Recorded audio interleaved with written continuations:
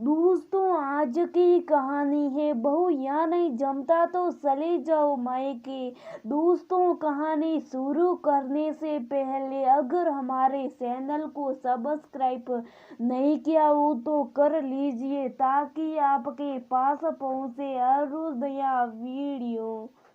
Phone की लगातार 3 घंटे बजी तो अर्चना रसोई से दौड़कर आई तो देखा माँ का फोन था। लेकिन अभी फोन उठाती तो हमेशा की तरह सास और पति का मुंह बन जाता। वो फिर माँ से ठीक से बात भी नहीं कर पाती और माँ बेवजह परेशान होती। यही सब सोच उसने फोन काट दिया। पति विनीत जो पिछले 5 मिनट से अपने बाल बना रहे थे वो फोन पर आए नाम को पढ़ चुके थे, लेकिन खुद उठाकर अपनी सास को सामान देकर हालचाल पूछ लेते। तब तो उनका अहंकार सकना शुरू हो जाता। लेकिन रास्ता भी यदि 2-3 मिनट बात कर लेती तो समझिए महाभारत छिड़ जाती। वे बोले, मम्मी को ये रोज रोज क्या बात करनी होती है, वो भी इस समय। उनसे बोलना कि बेवजह फोन ना करे। कहीं तुम्हें अपनी दुख भरी कहानी तो नहीं सुनाती। न पति का ये मिजाज और दकियानु सा ख्याल तो अर्चना के लिए जी का जंजाल बन गया था। बिना कुछ कहे वो रसोई में चली गई। शादी के 8 साल हो चुके थे। अर्चना न केवल पत्नी बल्कि एक बहू, भाभी और माँ का फर्ज भी निभा रही थी। पति के पूरे परिवार रिश्तेदार को उसने अपनाया। ननद, देवर, मौसी जी, बुआ जी, सारे ससुराल के रिश्ते निभाती आई। चाहे किसी का जन्मदिन हो या ये एनिवर्सरी, अर्चना ही याद कर सबको बताती और फोन भी करती। लेकिन मजा ये कि कभी उसके सास ससुर या पति ने अर्चना के मायके फोन किया और अर्चना कुछ कहती तो बस एक किस्सा पीटा और उसी सोच वाला वाक्य मुंह से निकलता, नहीं जमता यहाँ तो चले जाओ मायके। इसलिए शुभ रात्रि। दोपहर के करीब 4 बजे थे। अभी उसके हाथ फोन आया।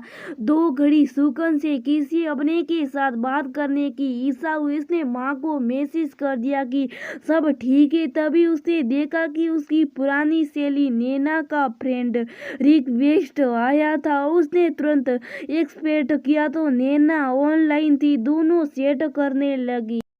नैना ने बताया कि वो इंदौर में रहती है। लेकिन तभी दोपहर की चाय का समय होने लगा। नैना ने अर्चना का नंबर मांगा और तुरंत फोन किया। कैसी है अर्शी तू?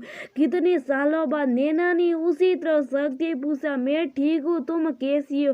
अर्चना की धीमी और नीरस आवाज थी जिसे सुन नैना बोली, ये इतना मर मर क्यों बोल रही हैं?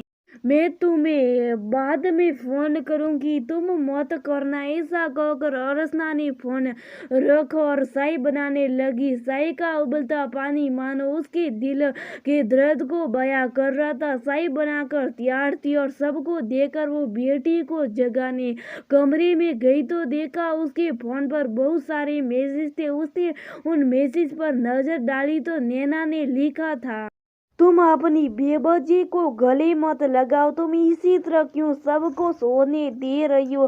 क्या मम्मी पापा से भी बात करने के लिए अनुमति लेती? अर्चना ने तुरंत मैसेज डिलीट कर दिया और खूब रोई। रात होते होते उसने तय किया कि अब वो ये सब नहीं होने देगी। कुछ दिनों मेरी ननद राशि का जन्मदिन था तो सास सुबह से उन्हें फोन लगा रही थी, लेकिन फोन लग ही नहीं रहा था।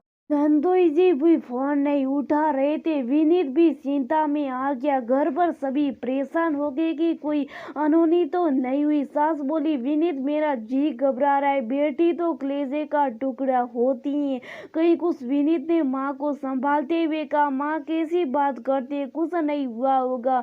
मैं किसी पड़ोसी का नंबर देखता, आखिर मेरी बहन है वो। और अर्चना सभी को देख रही थी। वो भी परेशान थी कि कहीं कुछ हुआ तो नहीं। तभी उसे याद आया कि उसकी सहेली नैना भी तो उसी शहर में रहती है। जी, मेरी एक सहेली इंदौर में रहती है, कहे तो उसे कहूँ कि वो दीदी के घर जाकर देख ले। अर्चना ने सुझाव दिया, हाँ जल्दी फोन करो उसे। विनीत बोला। अर्चना ने नैना को तुरंत ननन का नंबर और घर का पता दिया। करीब 1 घंटे बाद नैना का फोन आया। अर्चना, डरने की कोई बात नहीं। उनके पड़ोसी ने बताया कि आज वे लोग घूमने निकले और जिस रेस्टोरेंट में गए वहाँ नेटवर्क की प्रॉब्लम है। उस रेस्टोरेंट के रिसेप्शन में बात हुई है, वे उन्हें बता देंगे और वो लैंडलाइन से फोन करेंगे। नैना ने बताया। तभी विनीत के फोन पर दीदी का फोन आ गया। वो सब ठीक थे। विनीत ने अर्चना से कहा कि वो नैना से बात करना चाहता है। नैना जी, आपका बहुत धन्यवाद। मेरी माँ की तो हालत खराब हो गई थी। आखिर बेटे की चिंता होती है। जी जी बिल्कुल सही। एक बात आप भूल गए कि आपकी पत्नी भी किसी की बेटी है। आपने कहा कि वो ससुराल में सभी को अपना, लेकिन क्या इसके लिए उसे अपना मायका भूलना जरूरी है? क्या आपको नहीं लगता कि हर एक बहू को अपने माँ बाप से फोन पर बात करने की आज़ादी होनी चाहिए? क्या ये सही है कि आप तो करेंगे कि वो कब और कितनी बात करे? देखिए, बुरा मत मानिएगा और मेरे कहेगा गुस्सा अर्चना और मत निकाल गया। बस एक बार अपनी माँ और बहन की जगह अर्चना और उसकी माँ को रखिएगा। मैं यदि गलत लगूं तो मैं आपसे माफी मांग लूंगी। अर्चना आरसे से विनीत को देख रही थी, इस आशंका से कि नैना ने न जाने क्या कहा। विनीत कुछ नहीं बोला। 2 दिन बीत गए। आज अर्चना की माँ का जन्मदिन था।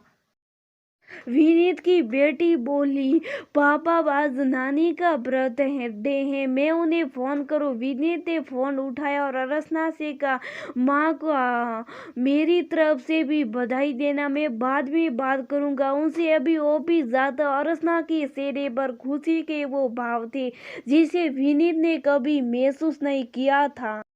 उस दिन के बाद से अर्चना बिना डरे माँ से बात करती। उसका नैना का भी दिल से धन्यवाद।